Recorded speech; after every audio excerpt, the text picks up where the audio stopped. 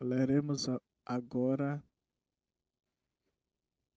a mensagem número 2, que é a visão de Patmos. Essa é a primeira parte. De amarelo estão os capítulos que serão lidos, se o Senhor nos permitir.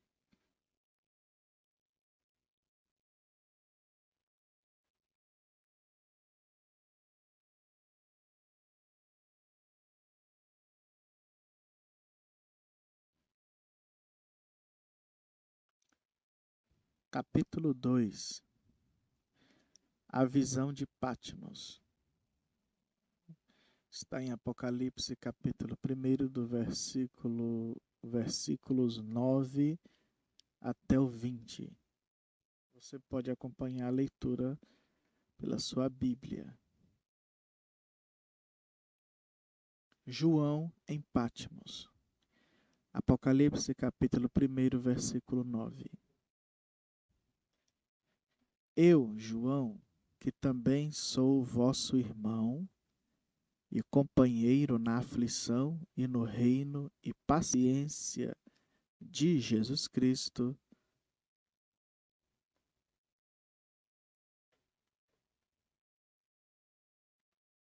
estava na ilha chamada Patmos por causa da palavra de Deus e pelo testemunho de Jesus Cristo. Esta série de visões da revelação da pessoa de Jesus Cristo foram dadas a João enquanto estava exilado na ilha de Patmos. Esta pequena ilha está situada a 30 milhas de distância da costa da Ásia Menor, no mar Egeu, sendo rochosa e infestada de cobras, lagartos e escorpiões.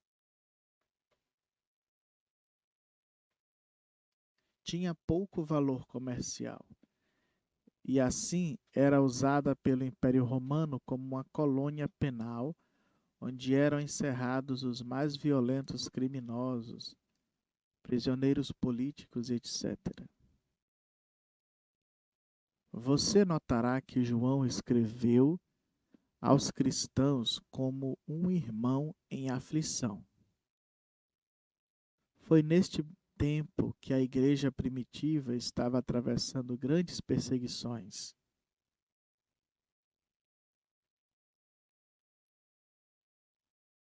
Não somente em toda a parte se falava contra a religião deles, mas as próprias pessoas eram encarceradas e mortas. João, como multidões de outros, estava sofrendo reclusão por causa da palavra de Deus e do testemunho de Jesus Cristo. Quando preso, tentaram em vão matá-lo, fervendo-o em óleo por 24 horas. Os oficiais, enfurecidos e impotentes, então o sentenciaram a Patmos como um feiticeiro. Porém, Deus estava com ele e foi-lhe dispensado deixar a ilha e retornar a Éfeso, onde novamente continuou como pastor até o tempo de sua morte.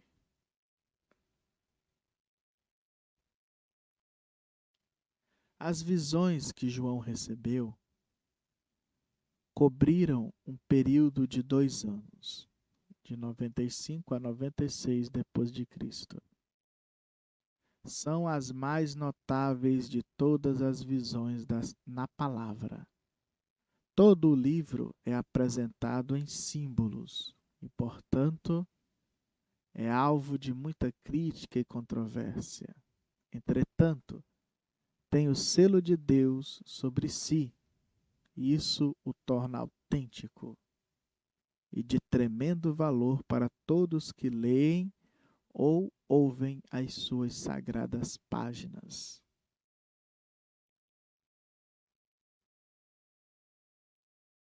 Em espírito no dia do Senhor. Apocalipse capítulo 1, versículo 10. Está escrito: Eu fui arrebatado em espírito no dia do Senhor, e ouvi detrás de mim uma grande voz como de trombeta.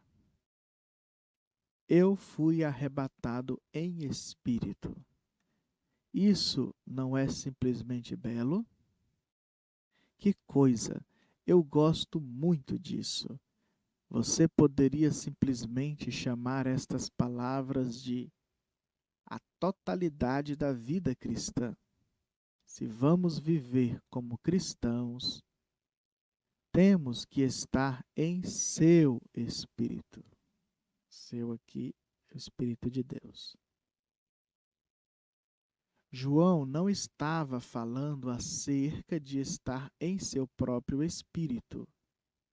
Isso não teria produzido, isso não teria trazido estas visões. Tinha que ser o Espírito de Deus. Tem que ser o Espírito de Deus conosco também, ou todos os nossos esforços são em vão. Paulo disse: orarei no Espírito, cantarei no Espírito, viverei no Espírito, Espírito de Deus.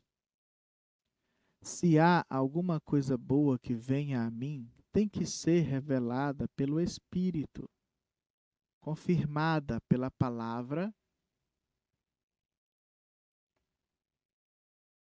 e manifestada pelos resultados que produz.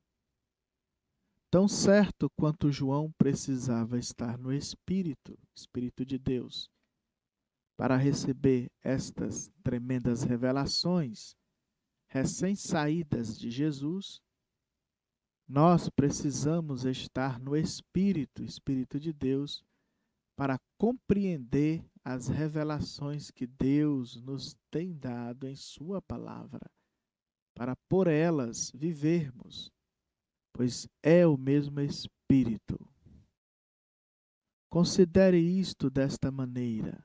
Tantos leem a Bíblia em Atos 2,38, onde diz: arrependei-vos e cada um de vós seja batizado em nome de Jesus Cristo para perdão dos pecados e recebereis o dom do Espírito Santo. E simplesmente passam adiante. Eles não veem isto. Se o vissem, entrando no Espírito de Deus, eles saberiam que se querem receber o Espírito Santo, precisam se arrepender e ser batizado no nome do Senhor Jesus, e então Deus estaria obrigado a cumprir sua palavra, a palavra de Deus, enchendo-os com o Espírito Santo. Eles nunca entram em seu espírito, no Espírito de Deus. Ou aconteceria com eles exatamente como diz a palavra. Ore a Deus por uma revelação através de seu Espírito, do Espírito de Deus. Esse é o primeiro passo. Entre no Espírito, Espírito de Deus. Deixe-me apenas usar outra ilustração. Suponha que você precisa de cura. O que diz a palavra? Bem, todos nós já o lemos inúmeras vezes, mas não entramos no Espírito quando o lemos. Já pedimos a Deus para que seu Espírito nos ensine a verdade real disso? Se fizéssemos, chamaríamos os anciãos, confessaríamos nossos pecados, seríamos ungidos e receberíamos oração e acabou-se. Poderia não vir de imediato, mas em seu Espírito, no Espírito de Deus, tudo está terminado. Não há nenhum outro tribunal de apelação. Deus cumprirá sua palavra. Precisamos entrar no Espírito, e então as coisas serão feitas. Não pratique os atos primeiro. Entre no Espírito de Deus e então pratique os atos. E observe o que Deus fará. Você já notou como o mundo entra no espírito das coisas que estão no mundo? Eles vão aos seus jogos de bolas, seus eventos esportivos e seus bailes. Eles entram no espírito disso. Eles não ficam parados lá como flores de parede, velhos galhos ressecados. Eles entram bem no sentimento das coisas e tornam-se parte das coisas. Mas, como eles odeiam os cristãos por entrarem no espírito da palavra de Deus. Eles nos chamam de fanáticos e santos roladores. Não há nada que não façam para mostrar seu ódio e desaprovação. Porém, ignore isso. Você pode esperar isto conhecendo sua procedência. Simplesmente siga adiante e entre no espírito de adoração.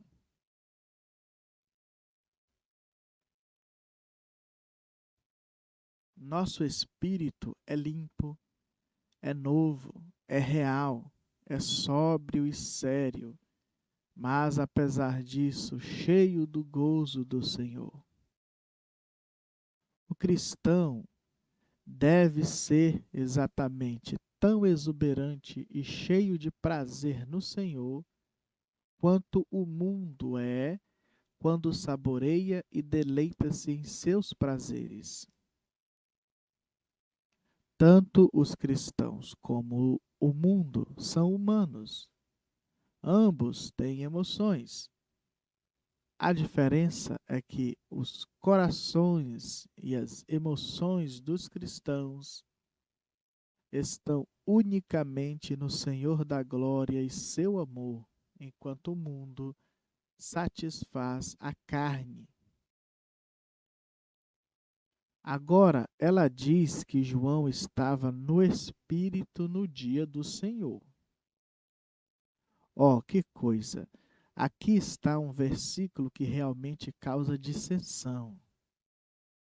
Não que seja preciso ou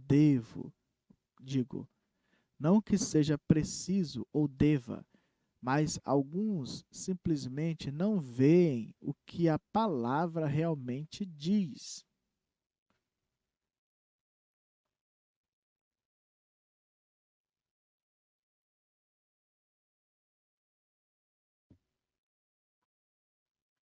Para começar, encontramos algumas pessoas excelentes que chamam o dia do Senhor de dia de sábado, o qual para eles é o sábado. Então, há outros que chamam o dia do Senhor de domingo, o primeiro dia da semana.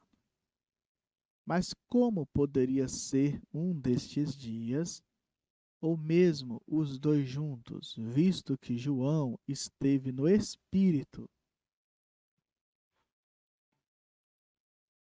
que é o Espírito de Deus?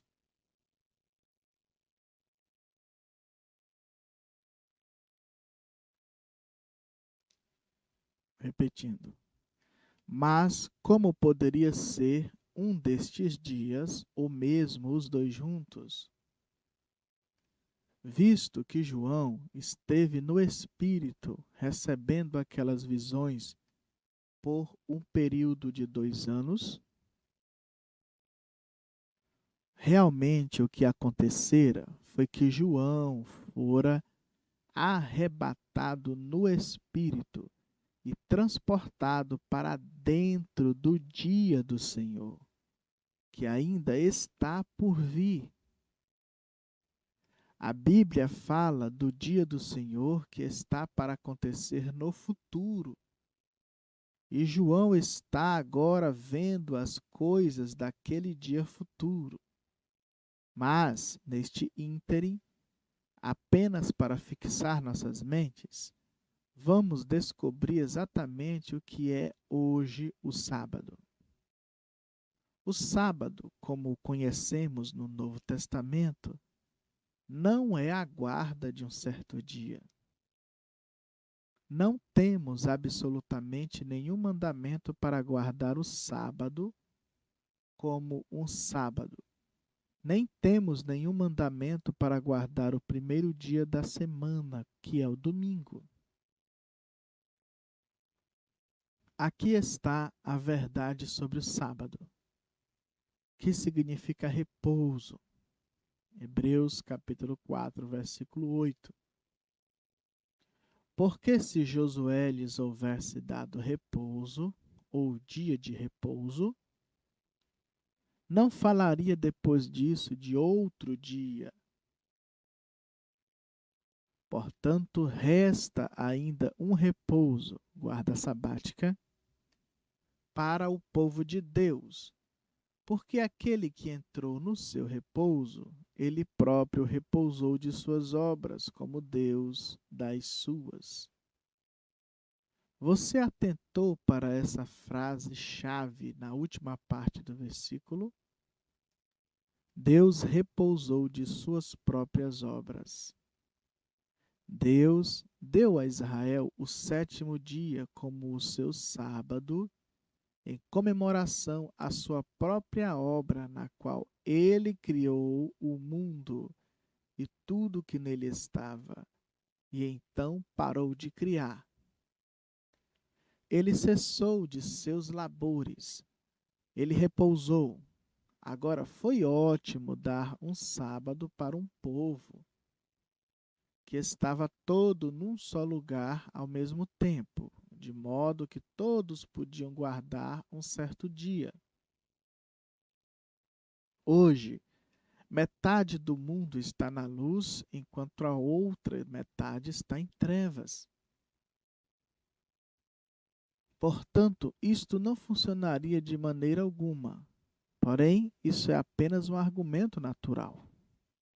Vamos ver o que a Bíblia nos ensina acerca deste repouso sabático.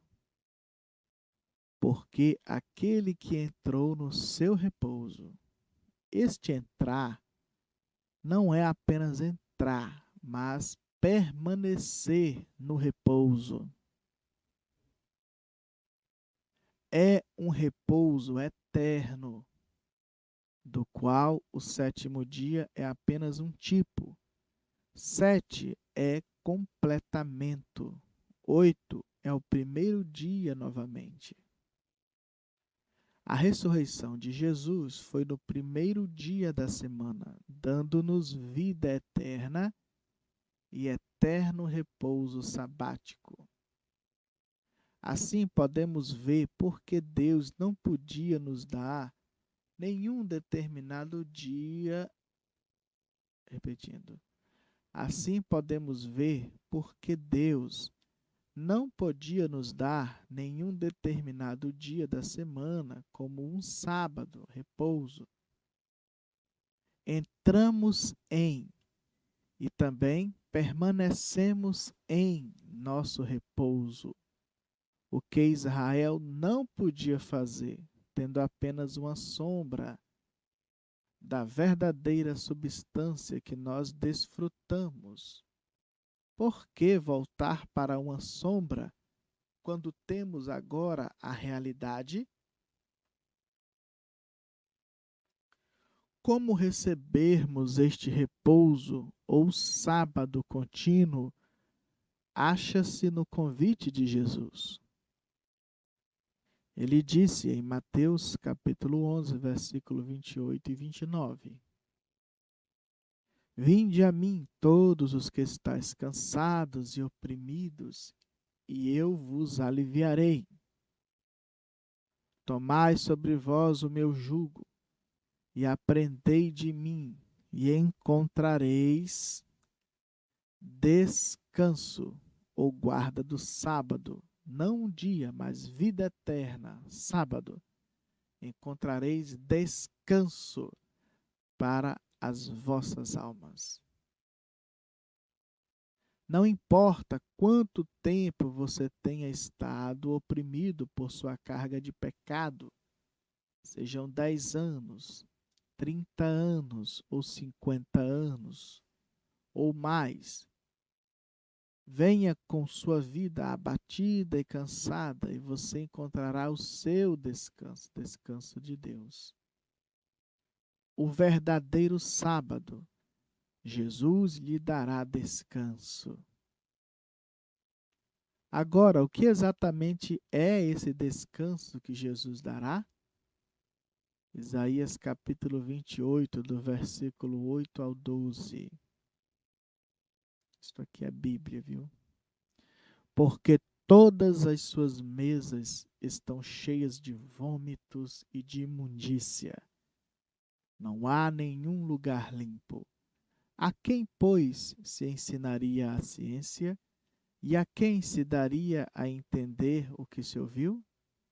Ao desmamado e ao arrancado dos seios?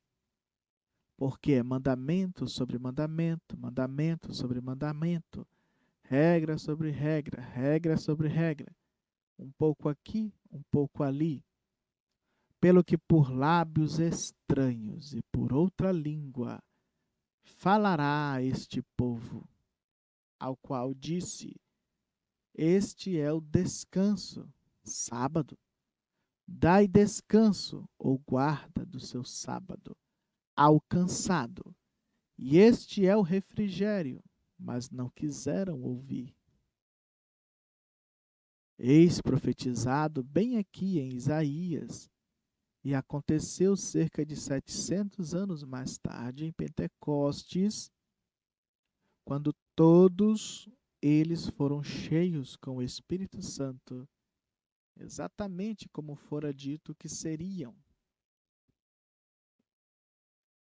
Este é o verdadeiro sábado que foi prometido. Assim, quando foram cheios do Espírito Santo, eles repousaram de suas obras terrenas, seus feitos terrenos, seus maus caminhos. O Espírito Santo tomou conta de suas vidas. Eles entraram no repouso. Aí está o seu repouso. Esse é o seu sábado. Não é um dia, nem um ano, mas a eternidade de ser cheio e abençoado no Espírito Santo. É você repousando e Deus fazendo. É Deus em você operando o querer e o efetuar segundo sua boa vontade, a vontade de Deus, a sua boa vontade. Deixe-me fazer mais um comentário sobre os sabatistas, que afirmam que nós nos reunimos no dia errado da semana, quando nos reunimos no domingo, o primeiro dia. Aqui está o que Justino disse no segundo século. No domingo é realizada uma reunião com todos os que vivem nas cidades e vilas, e é lida uma porção das memórias dos apóstolos e os escritos, enquanto o tempo permite. Quando termina a leitura, o presidente, em um sermão, dá a admoestação e exortação para imitar aquelas coisas nobres. Depois disto, todos nós nos levantamos para oferecer oração em comum. Ao término da oração, como temos descrito, pão e vinho são postos diante de nós, e dada a ação de graças, e a congregação responde amém. Então, os elementos são distribuídos para cada um e consumidos e levados pelos diáconos às casas dos ausentes. Os ricos e os que desejarem, então, dão contribuições de acordo com seu livre-arbítrio. e esta coleta é confiada ao presidente, que com ela supre órfãos, viúvas, prisioneiros e estranhos em necessidade. Fecha aspas. Assim, vemos que aqueles que afirmam que a igreja primitiva prosseguiu com a tradição judaica de ajuntar-se no último dia da semana estão grosseiramente ignorantes do que a história realmente apresenta, portanto, não são dignos de confiança. Oxalá as pessoas pudessem vir a Ele, a Deus, a Cristo, e encontrar esse descanso. Há um clamor em todos os corações por esse descanso, mas a maioria não sabe a resposta. Assim, eles tentam aquietar o clamor através de um processo religioso, de guardar certos dias ou aceitar credos e dogmas denominacionais. Mas falhando nisso, muitos tentam beber, farrear e todo o excesso físico, pensando que através de prazeres mundanos possa haver alguma satisfação. Mas em tais coisas não há descanso. Eles fumam e tomam comprimidos para acalmar seus nervos. Porém, não há descanso em poções terrenas. Eles precisam de Jesus. Eles precisam do remédio celestial, o descanso do Espírito de Deus. Então, a maioria deles vai à igreja no domingo, isso é bom, mas mesmo ali eles não têm nenhuma ideia de como se aproximar de Deus e de como adorá-lo. Jesus disse que a verdadeira adoração era em espírito, o Espírito de Deus, e em verdade. João capítulo 4, versículo 24. Mas que tipo de adoração você pode alcançar em uma igreja que sabe tão pouco de Deus, que apresenta um Papai Noel no Natal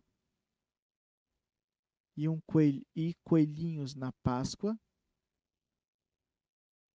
Onde eles conseguiram isso? Eles o conseguiram dos pagãos e fazem numa parte da doutrina da igreja. Mas quando alguém volta-se para o Senhor e é cheio do Espírito Santo, ele repousa de todas estas coisas. Ele tem um repouso em sua alma.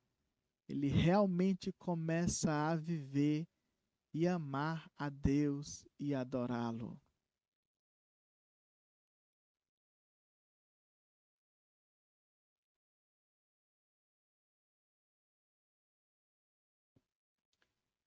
Agora vamos voltar à nossa Escritura. Nós sabemos o que o dia do Senhor não é.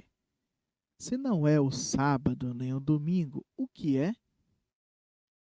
Bem, digamos assim, hoje certamente não é o dia do Senhor. Este é o dia do homem.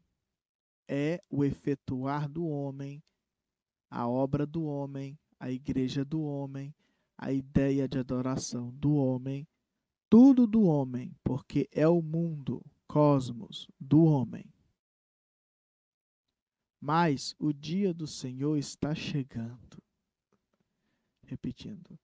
Mas o dia do Senhor está chegando. Sim, está. Acontece justamente que neste tempo da revelação de Jesus Cristo, João foi arrebatado pelo Espírito de Deus e transportado pelo Espírito de Deus ao grande dia que está chegando. O dia do Senhor vem quando os dias dos homens terminarem.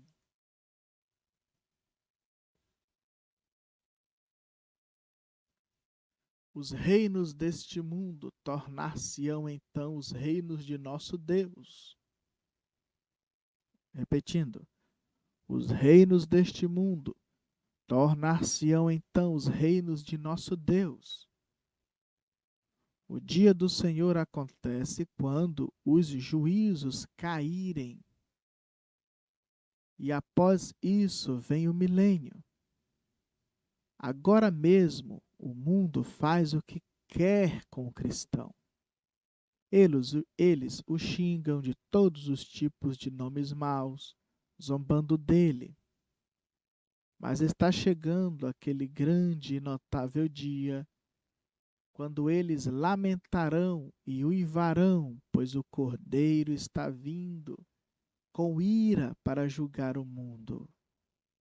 Será aí quando os justos terão seu dia com o Senhor, pois os ímpios serão abrasados e os justos caminharão sobre suas cinzas, milênio adentro.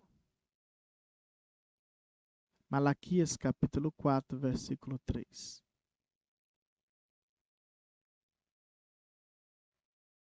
E pisareis os ímpios, porque se farão cinza debaixo das plantas de vossos pés, naquele dia que farei, diz o Senhor dos Exércitos.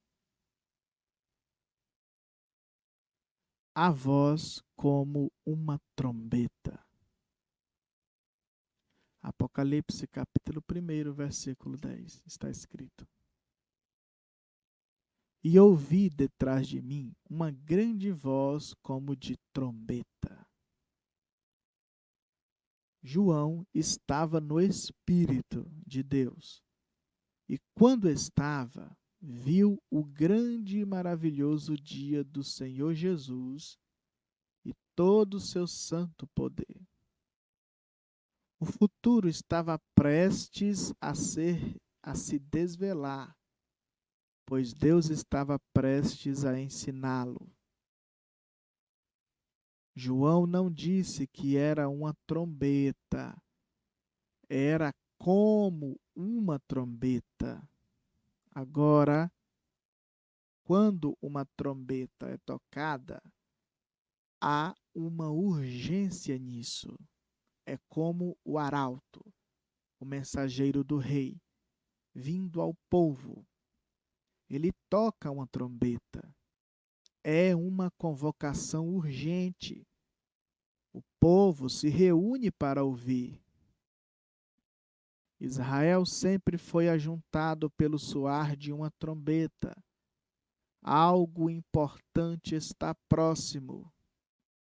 Ouçam a isto. Assim, esta voz tinha a mesma urgência de apelo que tinha a trombeta.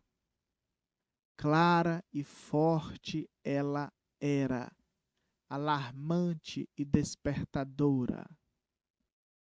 Oxalá possamos ouvir a voz de Deus como uma trombeta este dia, pois é a trombeta do Evangelho, anunciando a palavra de profecia para nos fazer cientes de e preparados para o que está vindo sobre a terra. A ordem para escrever. Apocalipse capítulo 1, versículo 11.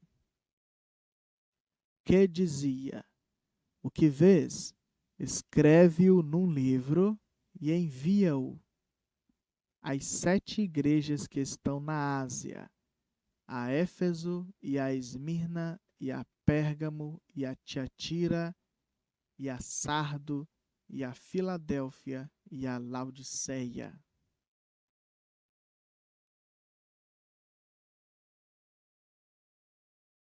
Aqui está o primeiro e o último, o Alfa e o Ômega. É tudo isto, o único Deus verdadeiro, a voz e a palavra de Deus, a realidade e a verdade estão ao alcance. Que coisa é estar no Espírito de Deus! Que coisa estar na presença de Deus e ouvir dele! O que vês, escreve-o num livro e envia-o às 7 igrejas. A voz que anunciou sua palavra no jardim do Éden e sobre o monte Sinai, essa voz que também foi ouvida na excelente glória do monte da transfiguração, estava mais uma vez anunciando, e nesta ocasião, às 7 igrejas, uma completa e final revelação de Jesus Cristo.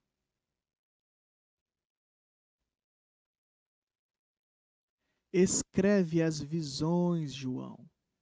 Faz um registro delas para as eras que devem seguir-se, pois são as profecias verdadeiras que hão de acontecer.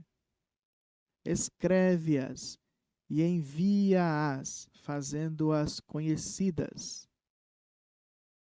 João reconheceu aquela voz. Oh, você reconhecerá essa voz quando ele, Deus, chamar, se você for um dos seus. Os candeeiros de ouro. Apocalipse, capítulo 1, versículo 12. E virei-me para ver quem, na Bíblia em inglês, versão Tiago, em vez de quem, lê-se a voz que falava comigo. E virei-me para ver quem falava comigo.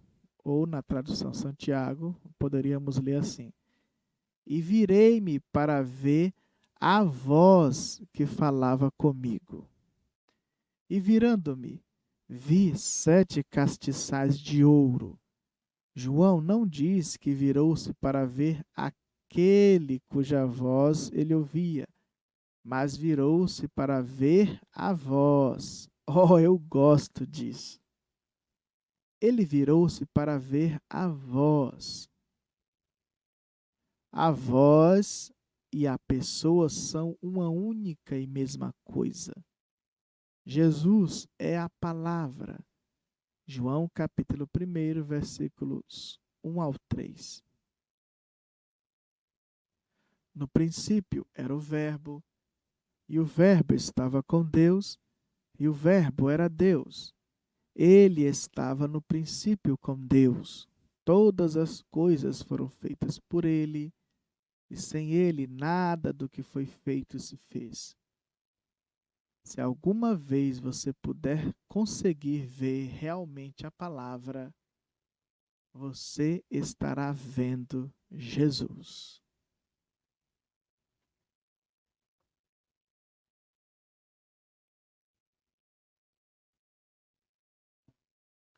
Um parêntese. Às vezes eu dou uma parada porque eu estou bebendo um gole de água. Só para esclarecer um pouco de pausa, alguns momentos. Continuando. Quando João se virou, viu 7 castiçais de ouro. Eles, na realidade, eram candeeiros. E de acordo com o versículo 20, eles são as 7 igrejas. Os 7 castiçais que viste são as 7 igrejas. Para representar as igrejas, dificilmente poderiam ser velas. Uma vela queima apenas por algum tempo e depois se extingue. Ela morre. Ela não existiria mais.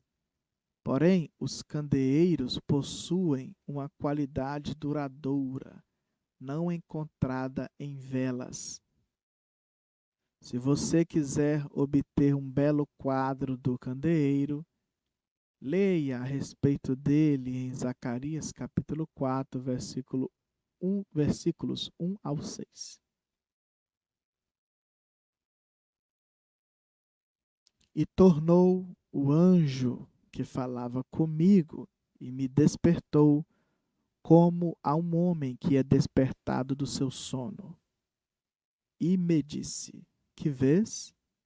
E eu disse: olho, e eis um castiçal todo de ouro e um vaso de azeite no cimo, com as suas 7 lâmpadas, e cada lâmpada posta por cima, e cada lâmpada posta no cimo tinha 7 canudos, e por cima dele 2 oliveiras, à direita do vaso de azeite e outra à sua esquerda. E falei, e disse ao anjo que falava comigo, dizendo: Senhor meu, que é isto? Então respondeu o anjo que falava comigo e me disse: não sabes tu o que é isto? O que isto é? E eu disse: não, Senhor meu. E respondeu e me falou, dizendo: esta é a palavra do Senhor a Zorobabel, dizendo: não por força nem por violência, mas pelo meu espírito, diz o Senhor dos exércitos. Aqui está outro candeeiro de ouro puro. Ele está queimando brilhantemente porque tem abundância de azeite, que obtém das 2 oliveiras, que estão em cada lado. As 2 árvores representam o Velho e o Novo Testamento. E o azeite, evidentemente, tipifica o Espírito Santo, que só Ele, Deus, pode dar a luz de Deus às pessoas. O anjo que falou a Zacarias estava como que dizendo: isto que tu vês significa que a igreja não pode realizar nada por sua própria força ou violência, mas pelo Espírito Santo. Agora examine este candeeiro. Você notará que ele tem um grande vaso ou reservatório que fica no centro dos 7 braços que saem dele. Este vaso está cheio de azeite de oliva, que flui através de 7 pavios que estão colocados nos 7 braços. É o mesmo azeite que queima e produz luz no fim dos 7 canudos. Esta luz nunca se apagava. Os sacerdotes simplesmente mantinham-se derramando azeite dentro do vaso. A lâmpada era acesa de uma maneira especial. Primeiro, o sacerdote tomava o fogo de um altar sagrado, que fora originalmente aceso pelo fogo de Deus. Ele acendia, primeiro de tudo, a lâmpada que estava situada no topo do vaso. Então ele acendia a segunda lâmpada a partir da chama da primeira lâmpada. A terceira lâmpada recebia seu fogo da segunda lâmpada, assim como a quarta recebia o seu da terceira.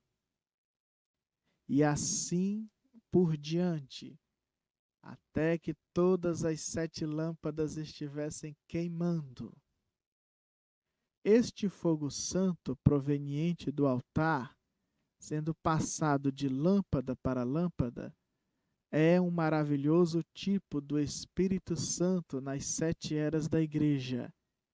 O derramamento original do Pentecostes, derramamento esse que veio diretamente de Jesus sobre o propiciatório, está provendo sua igreja através de todas as eras, as 7 eras. e mostrando perfeitamente que Jesus Cristo é o mesmo ontem e hoje e eternamente, o Deus imutável em sua essência e seus caminhos. Em João 15, Jesus disse: Eu sou a videira, vós as varas. Ele é a videira principal, é essa que sai da raiz original, proveniente da semente original, que tem a vida em si. Agora, a videira não produz fruto, são as varas que o fazem. Agora, observe isto: você pode tomar uma árvore cítrica, tal como uma laranjeira, e enxertar nela um ramo de toranja, um ramo de limão, um ramo de tângelo e outros tipos dessa espécie. E todos esses ramos crescerão. Porém, esses ramos enxertados não produzirão laranjas, não, Senhor. O ramo de limão produzirá limões, e o ramo de toranja produzirá toranjas, e assim por diante. Todavia, esses ramos estarão florescendo mediante a vida da árvore. Mas, se alguma vez essa árvore brotar uma vara de si mesma, será uma vara de laranja e produzirá laranjas. Por quê? Porque a vida do ramo e a vida do tronco são idênticas, ao passo que não era assim com os ramos enxertados. Aqueles ramos enxertados tinham suas origens em outros tipos de vidas, provenientes de outras árvores, de outras raízes, de outras sementes. Eles produzirão frutos muito bem, mas não produzirão laranjas. Eles não podem, porque não são os originais. É assim que a igreja é. A videira tem sido fendida e ramos têm sido enxertados. Eles têm enxertado ramos batistas, ramos metodistas, ramos presbiterianos, ramos pentecostais. E esses ramos estão produzindo fruto batista, metodista, pentecostal e presbiteriano. Sementes denominacionais, a partir da qual eles produzem seu fruto.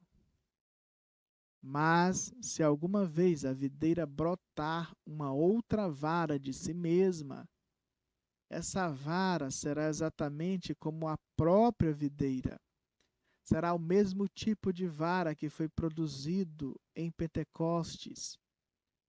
Falará em línguas, profetizará e terá nela o poder e sinais de Jesus Cristo ressuscitado. Por quê? Porque está florescendo sob os recursos da própria videira. Veja, ela não foi enxertada na videira, ela nasceu na videira. Vou repetir. Por quê?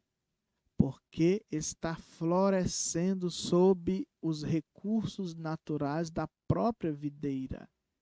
Veja, ela não foi enxertada na videira, ela nasceu na videira. Visto que aquelas outras varas foram enxertadas, tudo o que podiam fazer era produzir seu próprio fruto, pois não nasceram daquela videira. Elas não sabem acerca dessa vida original e fruto original. Elas não podem saber porque não nasceram dela. Mas se fossem nascidas dela, a mesma vida que estava no caule original, Jesus, teria vindo através delas e se manifestado através delas. João 14, 12. Na verdade, vos digo que aquele que crê em mim também fará as obras que eu faço, e as farás maiores do que estas, porque eu vou para meu Pai. Denominações que são dirigidas pelo homem não podem ser nascidas de Deus, porque é o Espírito de Deus, não o homem, que dá vida. Quão emocionante é pensar nestas 7 lâmpadas, sorvendo vida e luz proveniente dos recursos daquele vaso principal, porque tem seus pavios mergulhados ali dentro. Cada mensageiro das eras da igreja está aqui retratado. Repetindo.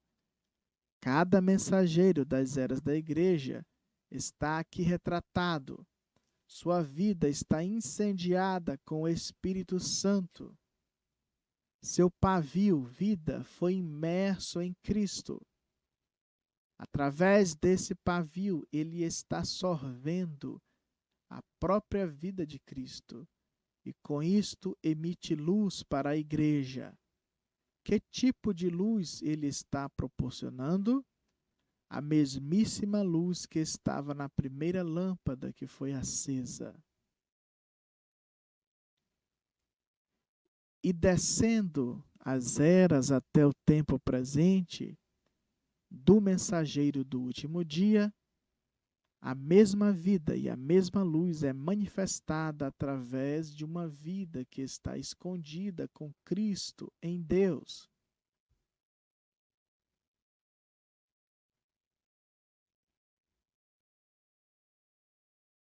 Não podemos falar assim apenas dos mensageiros, mas cada verdadeiro crente está aqui dramaticamente retratado.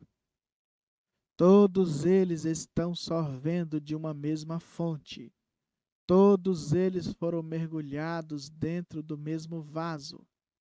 Eles estão mortos para si mesmos e suas vidas estão escondidas com Cristo em Deus. Eles estão interiormente selados pelo Espírito Santo. Efésios capítulo 4, versículo 30. E não entristeçais o Espírito Santo de Deus, no qual estáis selados para o dia da redenção. Ninguém pode arrebatá-los da sua mão, da mão de Deus. Suas vidas não podem ser corrompidas. A vida visível está queimando e brilhando, dando luz e manifestações do Espírito Santo. A vida interior, invisível, está escondida em Deus e alimentada pela palavra de Deus. Satanás não pode tocá-los, nem mesmo a morte pode tocá-los, porque a morte perdeu o seu aguilhão. O inferno perdeu sua vitória. Graças a Deus, eles têm essa vitória no e através do Senhor Jesus Cristo. Amém e amém. Não mais o sacerdote. Apocalipse, capítulo 1, versículo 13. E no meio dos 7 castiçais, um semelhante ao Filho do Homem, vestido até aos pés de um vestido comprido e cingido pelos peitos com cinto de ouro. Lá está ele, Cristo, um semelhante ao Filho do Homem, como a joia é embelezada pelo engaste do anel, assim ele é glorificado no meio das igrejas. É o dia do Senhor, pois João o vê de pé, não como um sacerdote, mas como o juiz vindouro. O cinto de ouro não está mais cingido em torno da cintura, onde o sacerdote deve usá-lo, quando ministra a Deus no lugar santíssimo. mas está agora em torno de seus ombros, pois agora ele, Jesus, não é o sacerdote, mas o juiz. Agora, João capítulo 5, versículo 22, aconteceu. E também o Pai a ninguém julga, mas deu ao Filho todo o juízo. Seu serviço foi prestado, o sacerdócio terminou, os dias da profecia acabaram-se. Ele acha-se cingido como o juiz.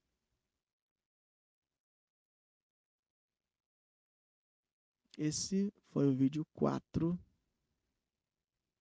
desta série de leituras do livro Uma Exposição das 7 Eras da Igreja. Esta foi a primeira parte da mensagem número 2, que é a visão de Patmos. O Senhor permitindo, nós faremos a leitura da segunda parte desta mensagem, a visão de Patmos, e estaremos compartilhando pelo canal na quinta-feira, o Senhor permitindo. Deus vos abençoe. No nome do Senhor Jesus Cristo. Amém.